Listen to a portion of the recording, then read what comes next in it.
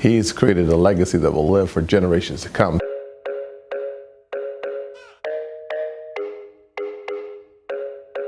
I've been called the Jackie Robinson of hockey. 60 years ago, Willie O'Ree broke the color barrier in professional hockey. When we need to understand that we wouldn't have the opportunities we have today if somebody like Willie O'Ree hadn't come along and decided that he wanted to be the first black player in the National Hockey League. It is hard to be the person who is the trailblazer. It's a wonderful concept. It's typically a painful reality. And he was able to endure a lot of challenges during his time to create opportunities for others he will probably never meet.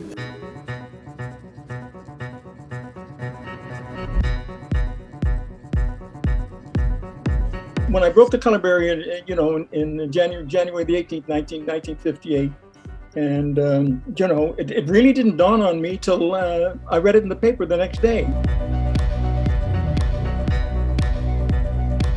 That happened my second year junior, and again, we didn't wear any face masks, no face shields, no cages or anything. You know, there was a slap shot from the point. I'm in front of the net for a deflection. The puck ricocheted off the stick and come up and hit me flat.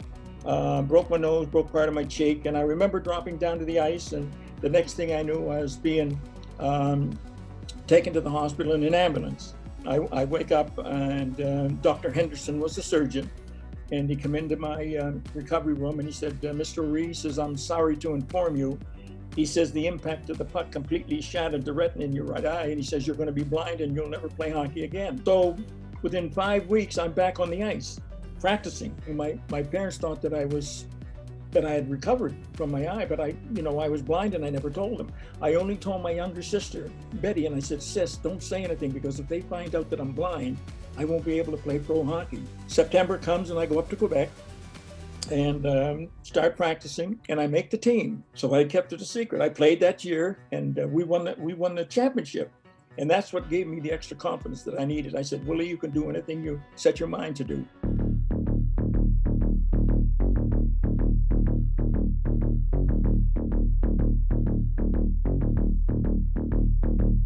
People who are first typically have survived a lot in order to be the first. We need to say to those who punch through those barriers, thank you for doing that. Thank you for opening doors. Thank you for showing that other people can walk through those doors as well.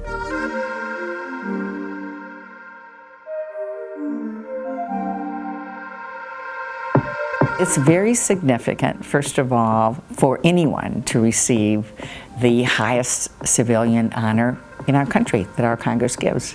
That's the Congressional Gold Medal. It is a rare experience because these things should be rare. That's one of the reasons why I think I have an appreciation for what it means to be a trailblazer, being the first African American in the history of this country to be elected both to the Congress and to the Senate. I understand the pain and the misery that comes with that experience as well. So, and the celebration that comes with it. And so we have a rich history of overcoming triumph, overcoming obstacles, overcoming pain and oppression.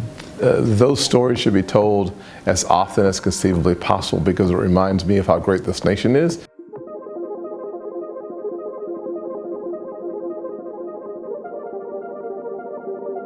My basic duties are to travel around and encourage more boys and girls to get into playing hockey. And if you can't afford it, we won't send any boy or girl away. We'll make sure that you get the opportunity to play.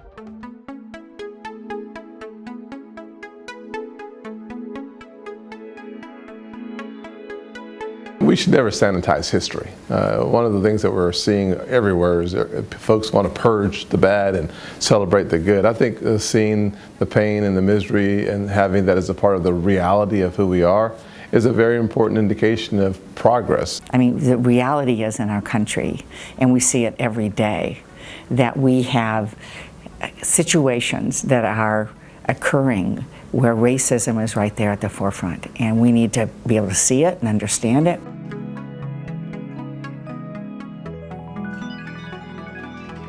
I'd like these boys and girls to know that they can do anything they set their minds to do. You know, if you think you can, you can.